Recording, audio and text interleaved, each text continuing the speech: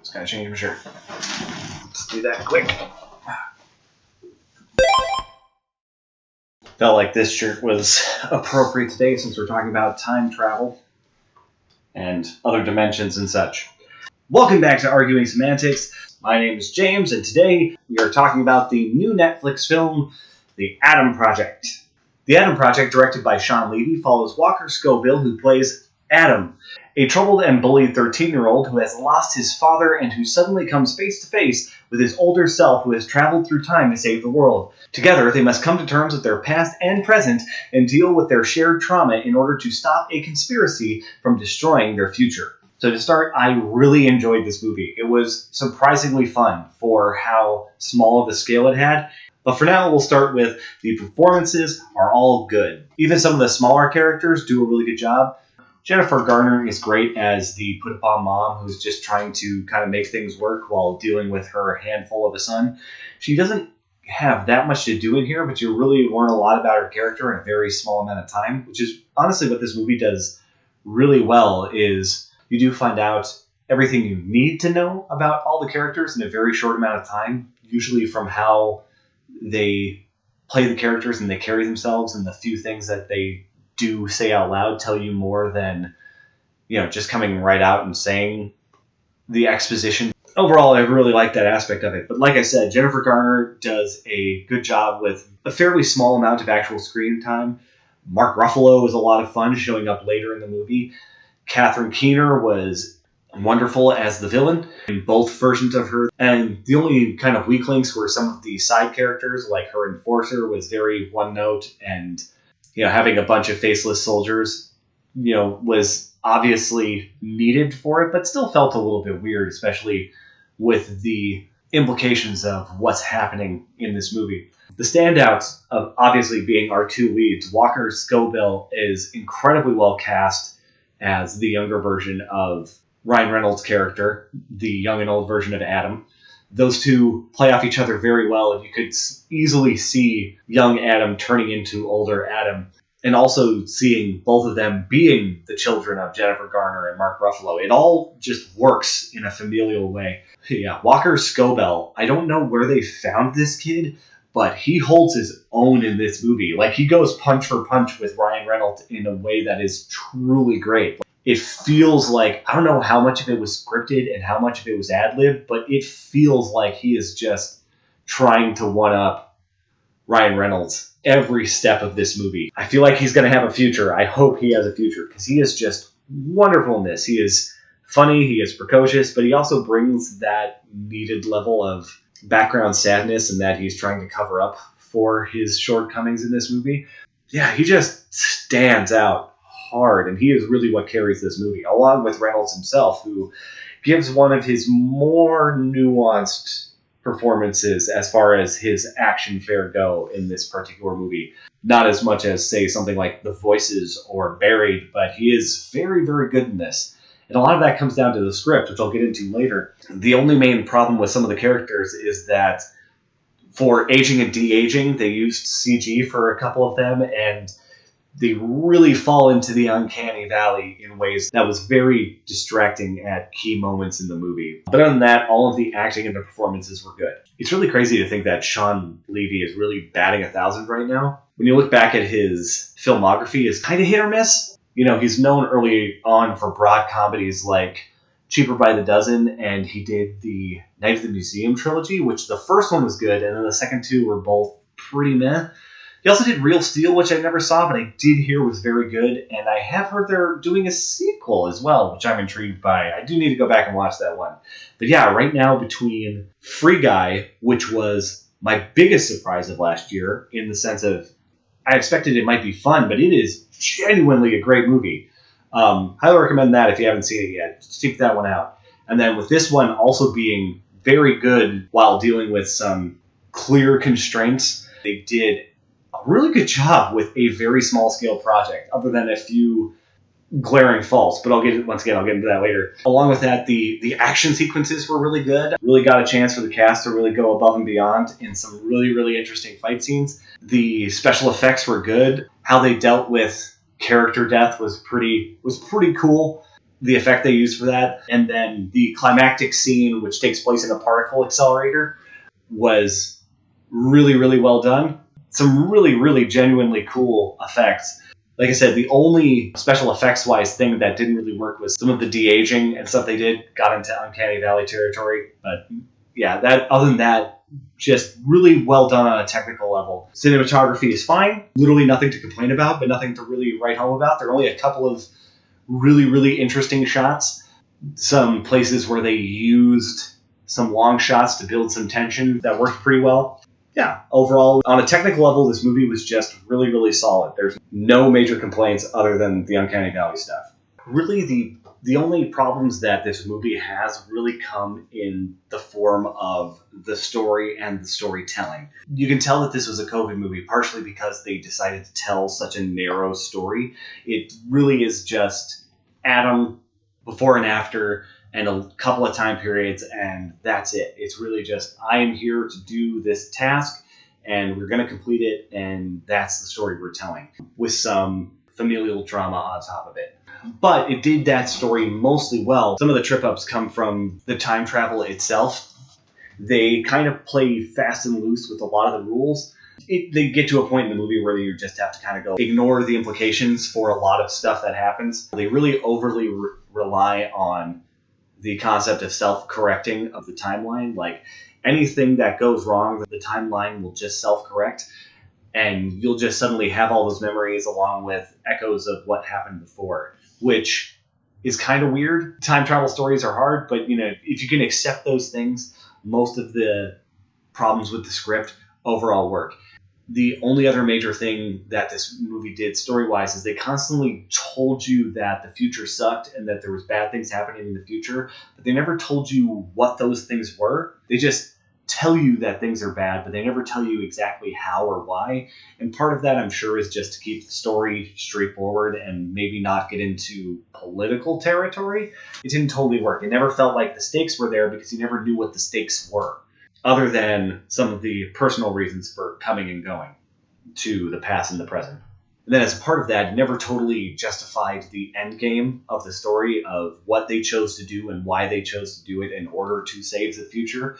They never fully justified that. And there were some other little things like the justification for getting young Adam to help out by basically saying, well, the ships in the future are locked to DNA, and because I'm injured, my DNA is screwed up for the machine, so we need your DNA because it won't activate and do its self-repair routines unless you're here. And somehow that makes sense. DNA and genetic stuff doesn't get changed because you're injured. It didn't make sense. It felt like that was going to lead to a different kind of twist later.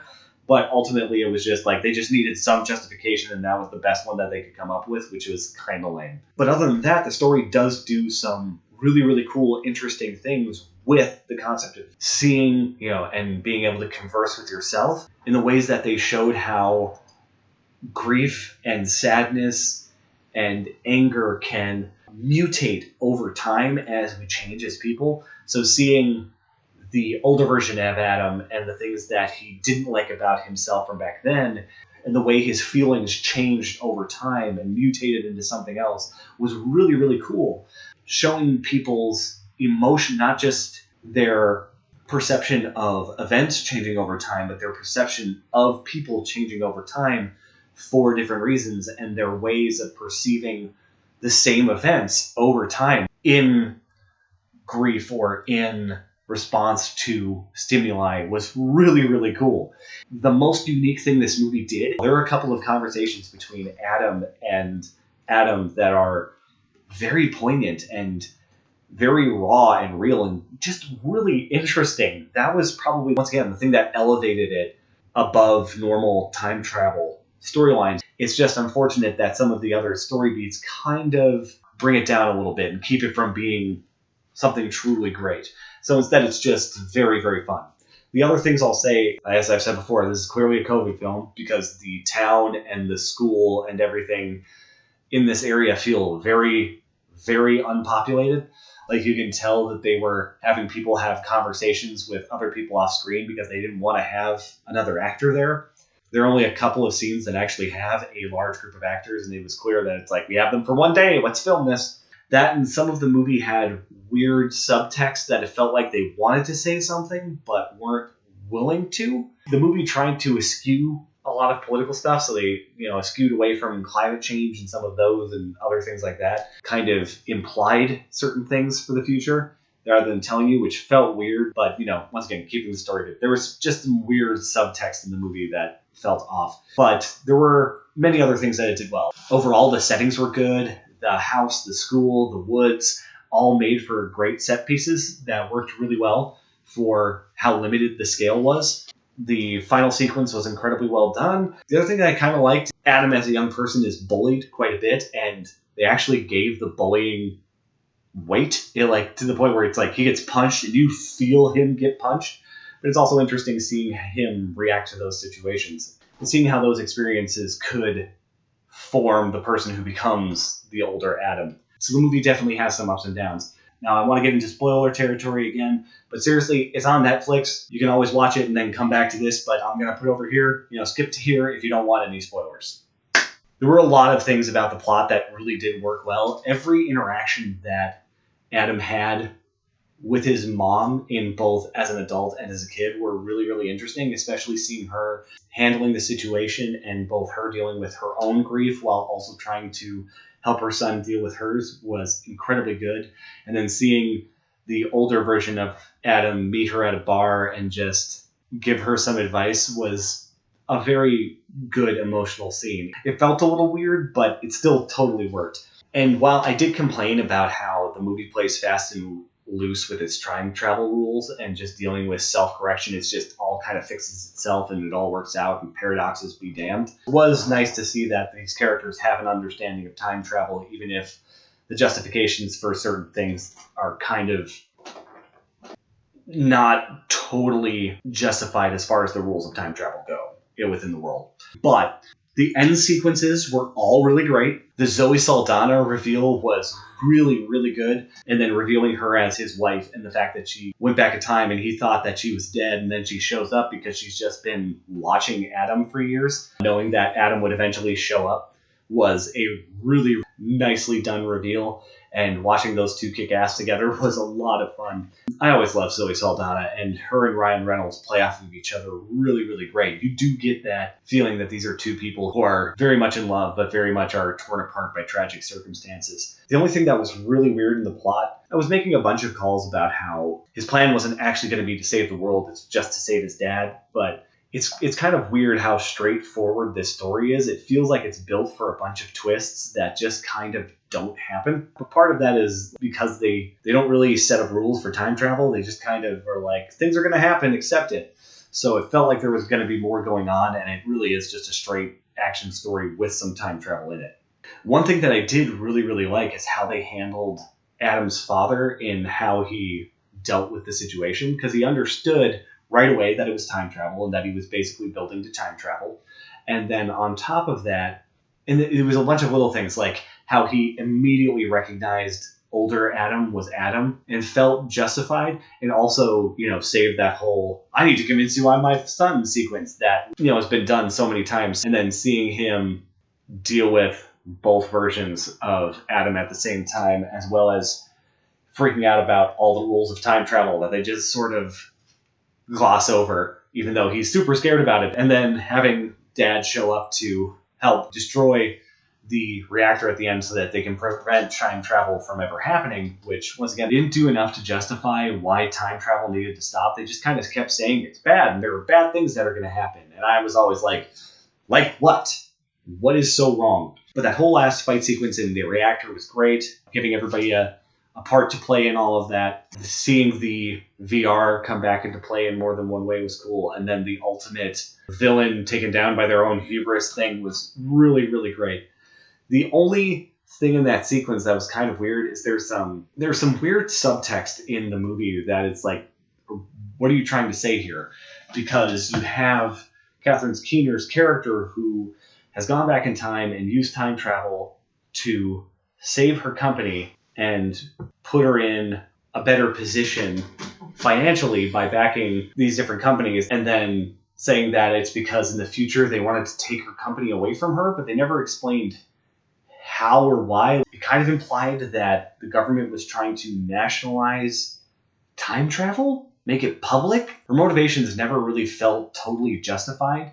It was like, no, either just make it about money or really explain her backstory, or else it just didn't mesh. The investing in those particular companies that she referred to implied more of the climate change angle as to why the future is bad. It was just a bunch of weird context at the end that never really came together. And then finally, the very end, the last two major sequences were all very fun.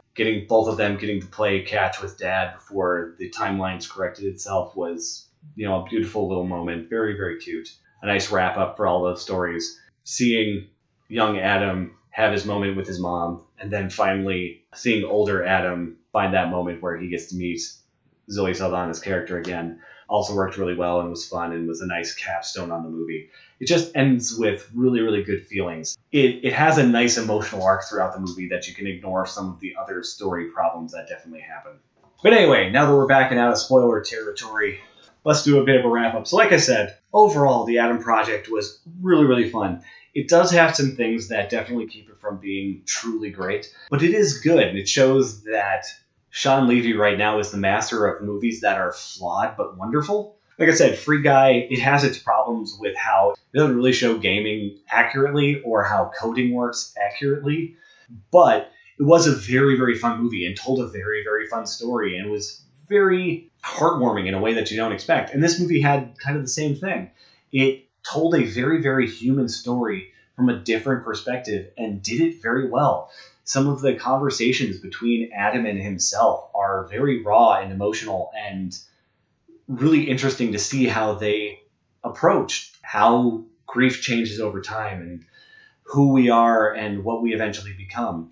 It's like, despite its problems with rules and feeling a little bit too narrow in scope, it still is a good movie with some great action and some really good emotional moments that is definitely worth your time if you want something that's just slightly above a popcorn movie. It's another one of those, it's a perfect 8. Just a very, very enjoyable movie. That being said, my name is James, and this has been Arguing Semantics. Like and subscribe.